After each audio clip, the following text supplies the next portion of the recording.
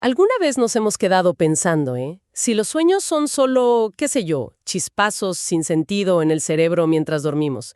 O si de verdad esconden algo más profundo, como creían algunos antiguos, ¿no? Sí. Y bueno, Sigmund Freud cambió totalmente las reglas del juego con una idea muy potente, que los sueños se pueden interpretar, que son como una mirilla a lo más escondido de nuestra mente. Exacto. Y hoy justamente vamos a explorar algunas ideas clave de la interpretación de los sueños. Es el libro de Freud que marcó un antes y un después, ¿verdad? Publicado originalmente por allá por 1899. Así es, y tiene su historia, ¿eh? Parece que, bueno, parte del libro surgió del propio autoanálisis de Freud, muy conectado, dicen, con la muerte de su padre. Algo que él mismo llamó el suceso más demoledor, la pérdida más radical en la vida de un hombre. Tremendo. O sea que no fue un libro escrito así de un tirón y listo. Freud lo fue como puliendo, ¿no? Añadiendo cosas sobre símbolos, ahí influido por gente como Steckel, creo, y ajustándolo a cómo iba desarrollando toda su teoría sobre la sexualidad, el psicoanálisis. Exacto. Fue un trabajo en progreso. Y bueno, la idea hoy es meternos un poco a fondo en el método que usaba Freud para entender qué nos quieren decir los sueños. Vamos a ver qué se pensaba antes. Claro. Y a desgranar sus conceptos principales. Eso de que los sueños cumplen deseos, la famosa condensación, el desplazamiento y el papel clave de los símbolos en ese lenguaje tan particular. Y de paso, tocaremos esa conexión que Freud veía entre los sueños y, bueno, algunos problemas mentales. Parece que tenemos material interesante para analizar, este mundo oculto de los sueños a la manera freudiana. Empecemos, si te parece, por un vistazo rápido a cómo se veían los sueños antes. En la antigüedad, es cierto, muchos pensaban que eran mensajes divinos o demoníacos, a veces profecías. Había clasificaciones y todo, ¿no? Leí algo de Macrobio, Artemidoro. Justo. Diferenciaban entre sueños que reflejaban el día a día, los insomnia, y los que supuestamente predecían el futuro, ya fuera directamente como un oráculum o de forma simbólica, un somnium, que necesitaba interpretación. Y Freud veía en esto una tendencia muy humana, ¿no? Como si proyectáramos nuestra propia vida anímica hacia afuera. Pero a nivel científico, él se quejaba de algo. Sí, se lamentaba mucho de que el estudio de los sueños no avanzaba, que cada autor parecía empezar de cero, reinventar la rueda, digamos. Claro. Por eso, él quiso darle un enfoque más temático. Y su propuesta fue, bueno, bastante radical para su época. Dijo que cada sueño, por raro o absurdo que parezca, es un producto psíquico lleno de sentido, y que está conectado con nuestra mente despierta. Y no solo eso. Afirmó que había una técnica psicológica para interpretarlos. O sea, no solo para saber qué soñamos, sino para entender cómo se forman esos sueños tan extraños y qué fuerzas mentales están ahí jugando su partido. Bien, ahora la pregunta es, ¿de dónde saca el sueño su material? Aquí había debate en la época. Unos decían que el sueño es simplemente una continuación de la vida despierta. Como decía Maury, creo, soñamos con lo que hemos visto, dicho, deseado o hecho. Simple. Otros pensaban que no, que el sueño nos desconecta de la realidad. Exacto.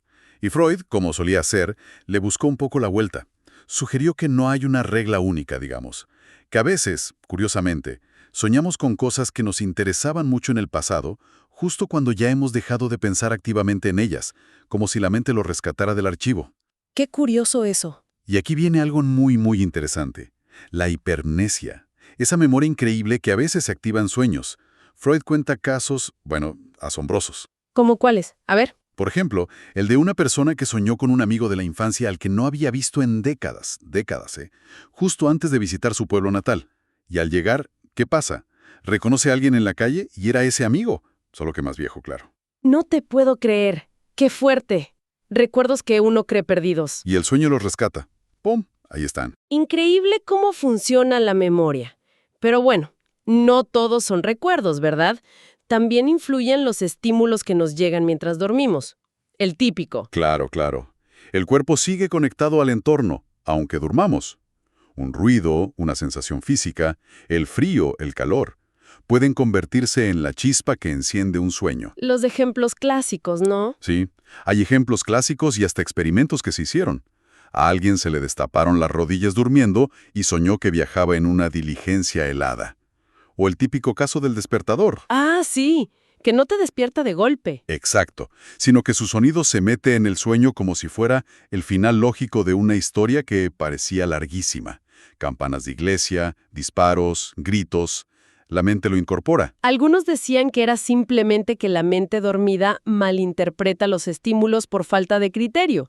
Pero Freud iba más allá, ¿no? Claro. Freud preguntaba, bueno, vale, ¿y por qué los interpreta de esa manera tan específica? Y a veces tan rara, oír cascos de caballo y soñar con gigantes masticando. Digo, la conexión no es tan obvia, tiene que haber algo más. Tiene sentido. Y por supuesto, están las fuentes psíquicas. Lo que nos preocupa, lo que nos interesa durante el día. Es una fuente clara, obvio. Pero Freud insistía en que eso no lo explica todo. La dificultad para entender cada detalle de un sueño. Cada imagen le hizo pensar que había que buscar más adentro, en fuentes inconscientes. Sí, porque a veces sueñas cosas que decís, ¿de dónde salió esto? También está el tema de por qué olvidamos los sueños tan fácil, ¿no? Apenas te despertás y ¡puf!, se van. Totalmente. Freud apuntaba a varias cosas. A la falta de interés consciente, que son muy distintos a nuestra lógica de la vigilia. Su aparente incoherencia.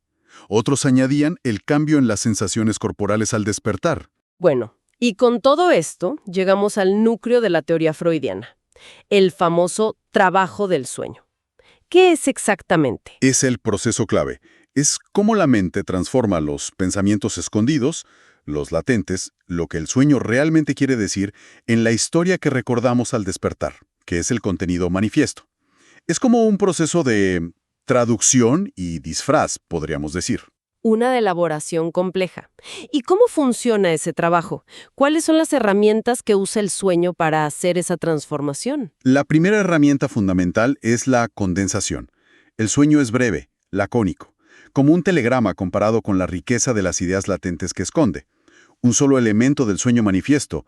Freud usó el ejemplo de una monografía botánica en uno de sus propios sueños. Ajá. Bueno, esa imagen podía estar conectada con un montón de pensamientos e ideas latentes. Un libro que había visto ese día, su antiguo trabajo sobre la cocaína, un amigo médico llamado Konenstein, una conversación con él, el profesor Gardner y sus flores, una paciente llamada Flora, un montón. Es como si cada pieza del sueño estuviera sobredeterminada, cargadísima de significado. O sea, súper eficiente el sueño, empaquetando información a lo loco. Impresionante. ¿Qué más usa? Luego está el desplazamiento. Y aquí la cosa se pone astuta, digamos.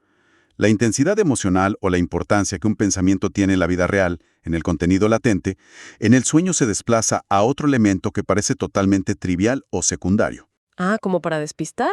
Exactamente. Es una táctica clave de lo que Freud llamó la censura onírica, esa instancia interna que no deja pasar fácilmente los deseos o ideas inaceptables. Lo que es central en el fondo puede aparecer en el sueño como algo marginal, y viceversa.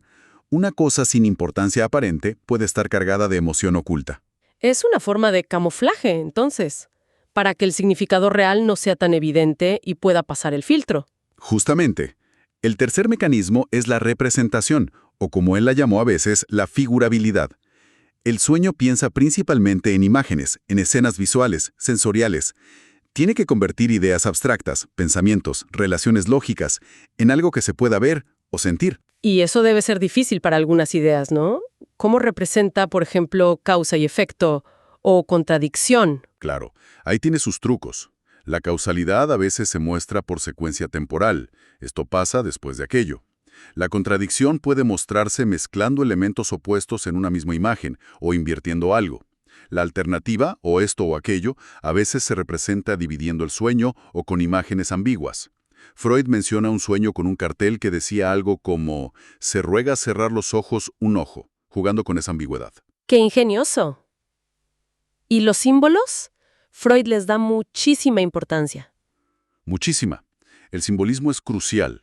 Freud sostenía que el sueño no inventa los símbolos de la nada, sino que usa un lenguaje simbólico que ya existe en el inconsciente, y que muchos de estos símbolos son bastante universales, o al menos muy recurrentes culturalmente. ¿Cómo cuáles? Danos algunos ejemplos típicos de los que él hablaba. Bueno, están los clásicos, ¿no?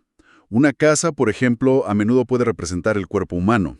Reyes, reinas o figuras de autoridad podrían ser los padres. El agua muy frecuentemente se relaciona con el nacimiento o con la madre. Un viaje largo, una partida, puede simbolizar la muerte. ¿Y soñar con estar desnudo en público? Ese es común, creo. Sí, ese es uno de los típicos. Freud lo conectaba con el exhibicionismo infantil.